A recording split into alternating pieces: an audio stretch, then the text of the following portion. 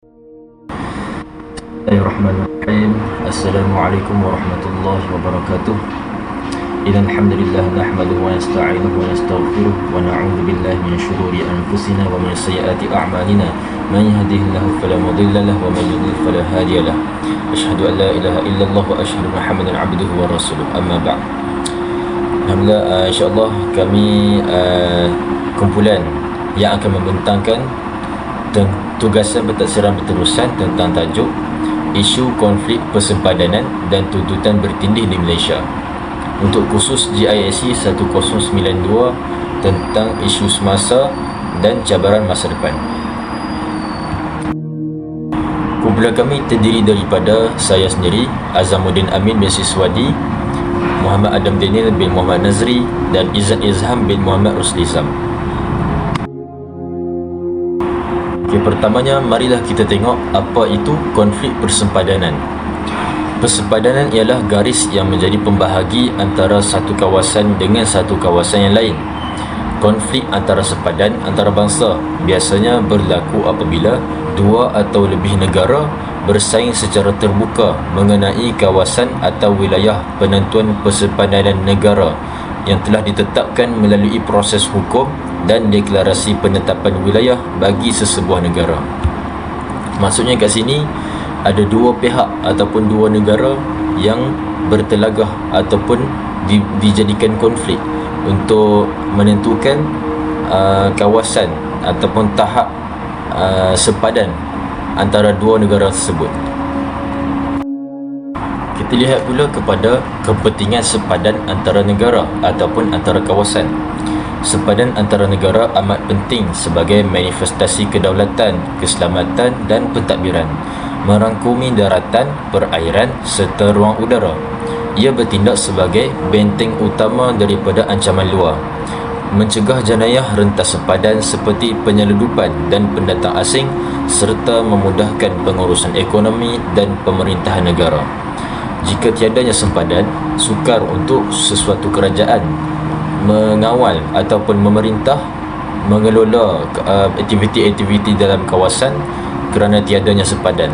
Jadi bila wujudnya sepadan, mudahlah untuk mengetahui kawasan-kawasan yang termaktub dalam pemerintahannya sendiri. Dan kita juga boleh cegah daripada jenayah-jenayah antarabangsa seperti penyeludupan barang dan sebagainya. Seterusnya kita lihat pula kepada kepentingan sepadan maritim kepada ekonomi. Sepadan maritim itu apa? Sepadan maritim ialah garisan pembahagian bayangan di laut yang ditetapkan secara geopolitik untuk memisahkan bidang kuasa, hak berdaulat dan zon ekonomi antara negara-negara pantai. Sepadan maritim sangat penting kepada ekonomi negara kerana ia menjamin kedaulatan hak eksklusif untuk meneroka, mengurus dan membangunkan sumber asli seperti minyak, gas dan hasil perikanan di dalam zon ekonomi eksklusif atau ZEE.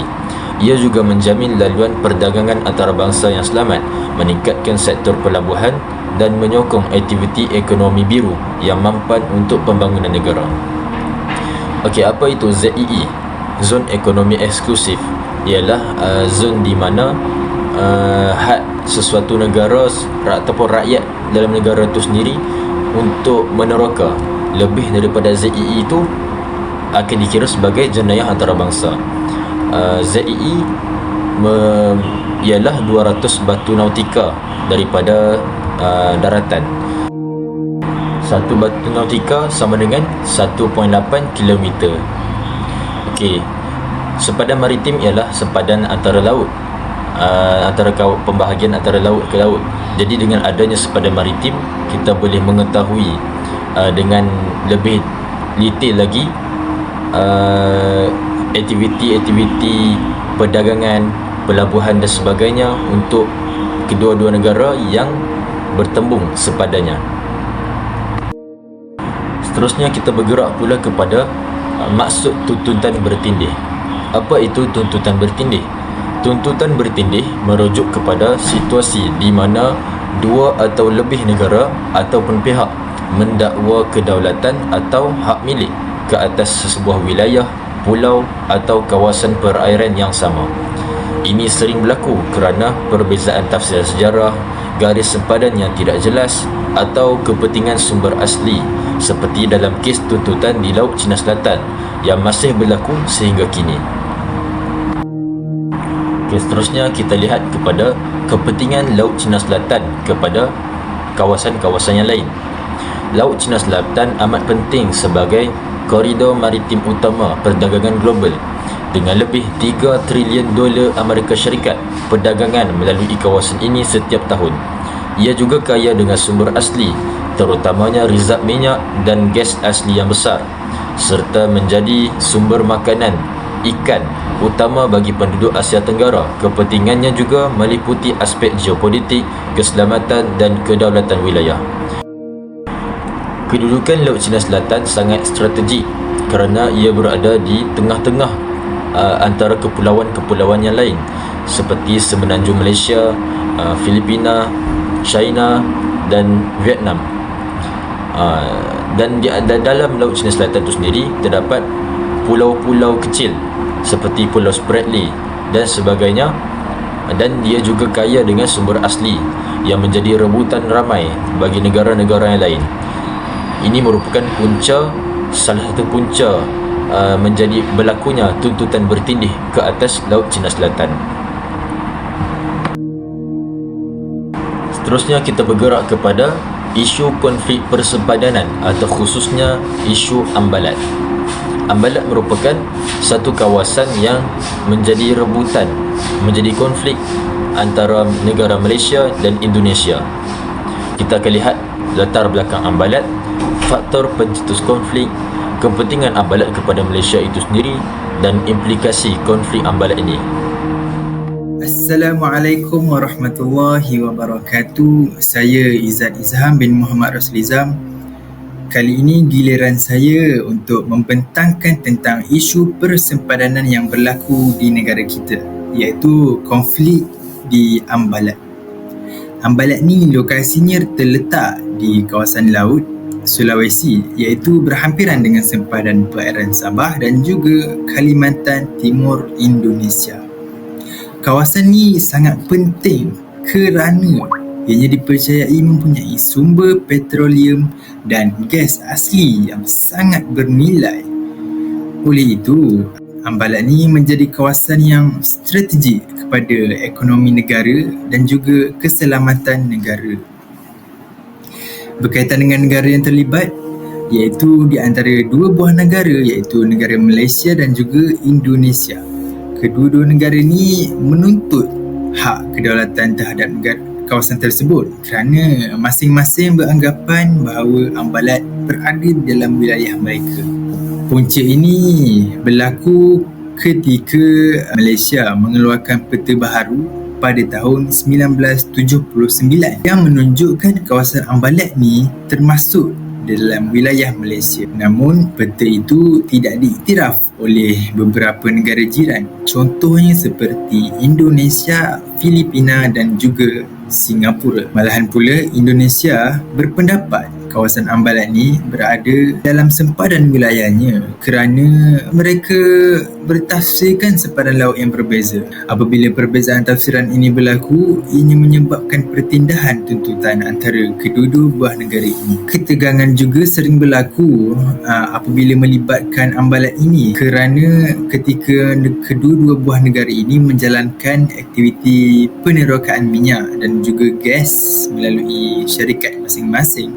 Selain itu, terdapat juga suatu ketika dulu insiden pertembungan di antara kapal peronda laut di antara Malaysia dan juga Indonesia ni ketika mengawal kawasan tersebut. Walaupun berlaku ketegangan, kedua-dua buah negara ni cuba menyelesaikan dengan cara yang baik, iaitu melalui rundingan diplomatik untuk mengelakkan apa-apa konflik yang melibatkan senjata api. Baiklah, seterusnya kita bergerak kepada faktor berlaku konflik di Ambalat ini. Yang pertama kita lihat iaitu kesan Kes Sipadan dan Ligitan pada tahun 2002. Kes Sipadan dan Ligitan ini merujuk kepada pertikaian di antara Malaysia dan juga Indonesia juga mengenai kedua buah pulau tersebut. Pada tahun 2002, Mahkamah Keadilan Antarabangsa memutuskan bahawa kedua-dua pulau tersebut milik Malaysia. Oleh itu, Malaysia menggunakan kesempatan itu untuk menjadi sebagai asas kepada mengukuhkan kawasan Ambalat itu milik Malaysia kerana Sipadan dan Ligitan itu berhampiran dengan kawasan Ambalat. Tetapi Indonesia tidak bersetuju kerana Indonesia beranggapan bahawa Mahkamah Keadilan Antarabangsa hanya memberikan Pulau Sipadan dan juga Ligitan kepada Malaysia, bukan kawasan Ambalat tersebut. Seterusnya iaitu tindakan di lapangan iaitu eksplorasi. Konflik Ambalat ni berlaku bila Malaysia ni dan juga Indonesia menjalankan aktiviti penerokaan minyak dan gas di kawasan tersebut. Malaysia memberikan lesen kepada syarikat-syarikat petroleum untuk menjalankan eksplorasi di kawasan tersebut, manakala Indonesia juga berbuat sedemikian. Oleh itu, tindakan tersebut menyebabkan berlakunya persaingan dan juga ketegangan antara kedua-dua buah negara itu yang cuba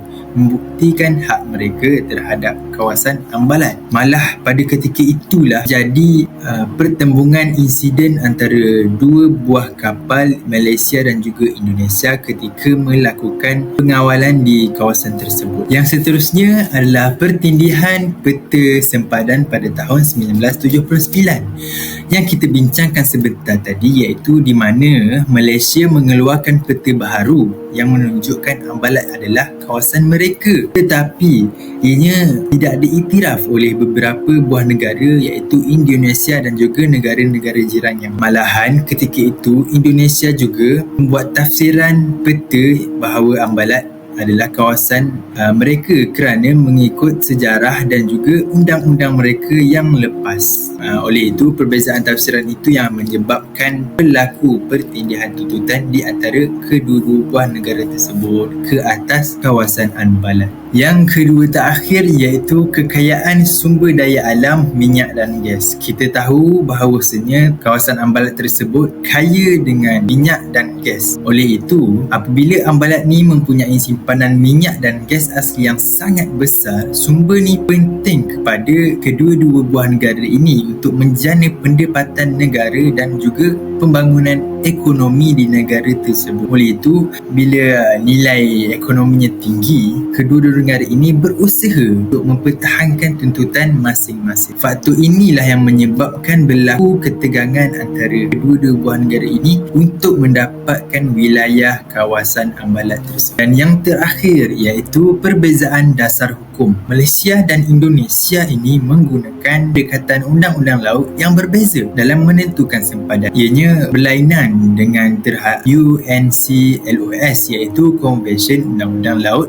Pertubuhan Bangsa-Bangsa Bersatu. Maka apabila kedua-dua buah negara ini tidak mengikut undang-undang tersebut, perbezaan itu ialah yang menyukarkan proses perundingan untuk siapa yang sebenarnya berhak untuk mendapatkan wilayah Ambalat tersebut. Seterusnya, kita bergerak kepada kepentingan Ambalat kepada negara kita. Yang pertama iaitu potensi sumber tenaga. Blok Ambalat yang dikenali sebagai Blok ND6 dan ND7 di Laut Sulawesi yang sangat diketahui bahawa mempunyai simpanan minyak dan juga gas asli yang sangat bernilai. Sumber tenaga ini penting kerana ianya boleh menyumbang kepada ekonomi negara dan juga dapat menjana pendapatan ekonomi melalui industri petroleum. Jika kawasan ini dimiliki oleh negara Malaysia, ianya sangatlah boleh membantu meningkatkan hasil negara dan yang paling penting dapat mengurangkan kebergantungan kita terhadap negara ataupun sumber tenaga luar.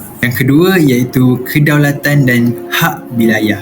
Apabila kita bercerita tentang kawasan Ambalat, kita recall balik tu kawasan Ambalat ni terletak di kawasan perairan Timur Sabah. Pertahanan terhadap kawasan Ambalat ni sangatlah penting untuk menegakkan kedaulatan Malaysia, khususnya kawasan Timur Sabah, kerana kawasan Ambalat itu terletak di perairan tersebut. Penguasaan kawasan ni menunjukkan upayaan negara kita untuk mempertahankan sempadan kita daripada tuntutan pihak luar. Selain itu juga, hak Malaysia terhadap sumber semula jadi di kawasan tersebut terus terpelihara. Dan yang terakhir iaitu kepentingan strategi maritim. Kedudukan Ambalat ini adalah sangat strategik daripada segi keselamatan dan juga ekonomi. Kawasan ini sangat penting untuk kita mengawal laluan perairan, untuk memantau aktiviti-aktiviti laut seperti perikanan, perdagangan ataupun keselamatan di laut. Apabila kita dapat menguasai Ambalat ini, ia dapat membantu Malaysia menjaga keselamatan perairan tersebut daripada ancaman seperti pencerobohan, penyelundupan dan juga aktiviti haram. Baiklah, yang seterusnya kita bergerak kepada implikasi konflik di Ambalat. Di sini saya akan menerangkan dua implikasi, iaitu secara langsung dan juga secara tidak langsung. Yang pertama, kita lihat kepada ketegangan hubungan diplomatik. Implikasi secara langsung, bila konflik Ambalat ni menyebabkan hubungan diplomatik antara Malaysia dan Indonesia menjadi tegang bila kedua-dua ini saling mempertahankan tuntutan mereka terhadap kawasan Ambalat tersebut. Ianya menimbulkan perselisihan pendapat. Ketegangan ini boleh menjejaskan kerjasama dua hala antara dua buah negara ini dalam bidang ekonomi, perdagangan dan juga keselamatan serantau apabila mereka berbincang. Walaupun begitu, kedua-dua negara ini masih berusaha untuk menyelesaikan isu ini melalui rundingan secara aman dan tidak melibatkan konflik senjata. Secara tidak langsung pula, ketegangan hubungan diplomatik ini dapat menjadi tegang antara Indonesia dan juga Malaysia kerana mereka kedua-dua saling mempertahankan tuntutan ke atas kawasan tersebut. Ini dapat menjejaskan rundingan dua hala antara mereka berdua. Baiklah, yang kedua iaitu ancaman keselamatan perairan di negara. Bila pertikaian kawasan Ambalat ini berterusan dan meningkat, ianya dapat meningkatkan risiko ancaman keselamatan di perairan negara kerana apabila ini berlaku, kehadiran kapal-kapal dari luar dapat memasuki kawasan tersebut dan ia akan menyebabkan konflik yang lebih serius. Dan secara tidak langsung, ketegangan di kawasan tersebut dapat membuka ruang kepada aktiviti jenayah seperti penyelundupan, pencerobohan dan juga penangkapan ikan secara haram di kawasan tersebut. Dan yang terakhir iaitu risiko kehilangan hasil petroleum. Ambalat ni dipercayai mempunyai sumber petroleum dan juga gas asli yang sangat bernilai tinggi. Jika Malaysia gagal mempertahankan tuntutan terhadap kawasan ini, maka negara Malaysia berisiko kehilangan peluang jana pendapatan daripada hasil petroleum. Secara tidak langsung, ia boleh memberi kesan terhadap ekonomi negara kita, bekalan tenaga dan juga pembangunan industri petroleum pada masa hadapan. Baiklah, kali ini saya akan membentangkan isu pertindihan Laut Cina Selatan. Dalam topik ini kita akan membincangkan dan membahaskan 4 subtopik utama, iaitu latar belakang Laut Cina Selatan, isu Nine Dash Line, ketiga adalah kepentingan Laut Cina Selatan kepada negara kita, dan yang terakhir implikasi isu pertindihan kawasan Laut Cina Selatan. Latar belakang Laut Cina Selatan. Laut Cina Selatan merupakan kawasan perairan strategik yang terletak di antara Asia Tenggara dan juga Asia Timur. Kawasan ini menghubungkan negara-negara seperti China di utara, Filipina di timur, Vietnam di barat, serta Malaysia, Brunei dan Indonesia di bahagian selatan. Beberapa buah negara terlibat secara langsung dalam pertikaian di Laut Cina Selatan, antaranya negara China, Malaysia, Vietnam, Filipina, Brunei dan Taiwan. Pertikaian ini berlaku kerana setiap negara mempunyai tuntutan terhadap kawasan laut dan kepulauan yang tertentu. Dari sudut kepentingan global, Laut Cina Selatan sangat penting kerana ianya merupakan salah satu laluan perdagangan antarabangsa yang paling sibuk di dunia pada ketika ini. Di samping itu, kawasan ini juga kaya dengan sumber petroleum, gas asli dan hasil perikanan. Ianya menjadikan kawasan ini bernilai tinggi dari segi ekonomi dan juga geopolitik. Seterusnya kita bergerak kepada subtopik yang kedua. Apakah itu Nine Dash Line? Baiklah, Nine Dash Line ini bermaksud tuntutan garisan yang digunakan oleh China untuk menuntut sebahagian besar kawasan Laut China Selatan. Garisan ini berbentuk 9 garis putus-putus yang meliputi hampir 90% kawasan laut tersebut. Melalui Nine Dash Line, China mendakwa bahawa kawasan ini mempunyai kaitan sejarah dengan negara mereka, walaupun tuntutan ini sebenarnya tidak sepenuhnya selaras dengan Undang-Undang Laut Antarabangsa ataupun UNCLOS UNCLOS. Masalah utama timbul bila China ini menuntut hak yang bertindih dengan zon ekonomi eksklusif negara lain, termasuklah negara kita iaitu Malaysia. Beberapa kawasan yang dituntut oleh China berada dalam perairan yang sepatutnya menjadi hak kita Malaysia, terutamanya di kawasan Sabah dan juga Sarawak. Jadi di sini kita boleh melihat peta Nine Dash Line yang menunjukkan penindihan kawasan di negara kita. Baiklah, kita gerak kepada subtopik kita yang ketiga, kepentingan Laut China Selatan kepada negara kita Malaysia. Penting sangat ke Laut China Selatan kepada negara kita ni? Ya, memang sangat penting. Sebab apa? Sebab bagi Malaysia, Laut China Selatan ini penting dari segi ekonomi dan juga keselamatan negara. Kawasan ini kaya dengan sumber petroleum dan gas asli yang menjadi antara penyumbang utama kepada pendapatan negara kita. Selain itu juga, Laut China Selatan merupakan kawasan perikanan yang paling penting bagi nelayan tempatan. Banyak komuniti pesisir pantai bergantung kepada hasil laut sebagai sumber rezeki utama. Ada yang di antara kita yang sudah tidak bekerja ataupun sudah bersara, jadi mereka menggunakan inisiatif menangkap ikan untuk menjadi pendapatan utama mereka. Baiklah, dari sudut perdagangan pula, Laut China Selatan adalah laluan utama perdagangan antarabangsa. Jika laluan ini diganggu keselamatannya, kawasan ini boleh menjejaskan ekonomi Malaysia kerana melibatkan ekspor, import dan kestabilan antara bekalan global. Baiklah, kita terus kepada subtopik kita yang terakhir, implikasi tuntutan bertindih. Tuntutan bertindih di Laut China Selatan memberi ancaman kepada kedaulatan negara kita kerana ia melibatkan pencerobohan kapal asing ke perairan Malaysia.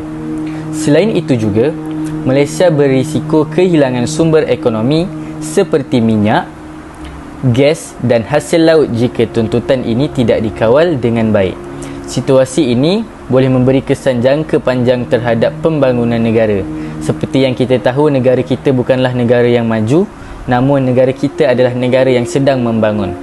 Baiklah, dari sudut hubungan antarabangsa pula, isu ini mewujudkan tekanan diplomatik antara negara Malaysia dengan negara-negara terlibat, terutamanya negara besar seperti China. Malaysia perlu mengimbangi kepentingan keselamatan negara dan hubungan ekonomi dengan kuasa besar. Seperti yang kita tahu, kita pun merdeka dengan melalui hubungan diplomatik. Jadi tidak salah jika kita berdamai kali ini untuk memastikan kita punya negara berada dalam keadaan damai dan aman tanpa sebarang perbalahan yang berlaku. Saya juga akan membincangkan perbandingan antara konflik Ambalat dan juga Laut China Selatan. Baiklah, untuk perbandingannya, konflik Ambalat melibatkan dua negara sahaja, iaitu negara Malaysia dan Indonesia. Manakala konflik Laut China Selatan melibatkan banyak negara serantau dan kuasa besar. Semakin banyak negara yang terlibat, semakin besar risikonya kepada negara-negara tersebut. Dari segi skala konflik, pertikaian Ambalat bersifat serantau dan lebih terhad. Sebaliknya, konflik Laut China Selatan mempunyai mempunyai skala antarabangsa kerana ia melibatkan kepentingan global dan kuasa besar dunia. Risiko ekonomi bagi konflik anbalat adalah tinggi namun masih terkawal. Manakala bagi Laut Cina Selatan pula risikonya sangat tinggi kerana ianya melibatkan perdagangan global, sumber tenaga dan keselamatan geopolitik antarabangsa. Kembali lagi bersama saya dalam usaha Malaysia untuk menangani konflik yang pertama, iaitu rundingan diplomatik. Malaysia menggunakan pendekatan rundingan ini, iaitu rundingan diplomatik dengan Indonesia, bagi menyelesaikan konflik ini secara aman. Oleh itu, kedua-dua negara ini mengadakan perbincangan rasmi untuk menyelesaikan perkara ini dengan adil dan tidak melibatkan konflik ketenteraan. Yang kedua iaitu penguatkuasaan maritim. Malaysia memperkukuhkan kawalan keselamatan di kawasan perairan Ambalat melalui agensi TLDM, iaitu Tentera Laut Diraja Malaysia, dan juga APMM, iaitu Agensi Penguatkuasaan Maritim Malaysia. Penguatkuasaan ini bertujuan untuk melindungi kedaulatan, menghalang pencerobohan dan juga menjamin keselamatan aktiviti ekonomi di kawasan Ambalat tersebut. Dan yang terakhir iaitu peranan ASEAN. Malaysia turut menggunakan platform ASEAN ini untuk mengekalkan keamanan dan kestabilan rantau Asia Tenggara. ASEAN ini berperanan medium perbincangan bagi menggalakkan penyelesaian konflik antara Malaysia dan juga Indonesia. Melalui ASEAN inilah kedua-dua negara ini digalakkan untuk menyelesaikan pertikaian secara aman dengan menghormati undang-undang antarabangsa dan mengekalkan hubungan baik di antara kedua-dua buah negara tersebut. Dan yang terakhir, kita bergerak kepada cadangan penyelesaian masa hadapan. Yang pertama, kita lihat daripada kerjasama antarabangsa. Malaysia boleh bekerjasama dengan Indonesia serta negara-negara lain melalui organisasi-organisasi khas seperti ASEAN ataupun PBB, Pertubuhan Bangsa-Bangsa Bersatu. Apabila kerjasama ini ditubuhkan, ianya penting untuk memastikan konflik diselesaikan secara aman dan berlandaskan undang-undang antarabangsa. Yang kedua, kita lihat kepada penggunaan undang-undang laut. Penyelesaian konflik boleh dilakukan melalui rujukan terhadap undang-undang yang telah ditetapkan. Bila undang-undang tersebut telah ditetapkan, maka kesemua buah negara perlu mengikut undang-undang tersebut, atau kita lebih kenal sebagai undang-undang antarabangsa. Tetapi ini melalui aspek di kawasan laut. Dan yang terakhir iaitu pengukuhan keselamatan maritim. Malaysia perlu terus memperkukuh keselamatan perairan melalui pengawasan yang lebih sistematik. Langkah ini penting bagi melindungi kedaulatan negara, halang pencerobohan dan juga menjamin keselamatan aktiviti ekonomi laut di negara Malaysia. Sampai situ sajalah perbincangan daripada kumpulan kami. Sekian, terima kasih.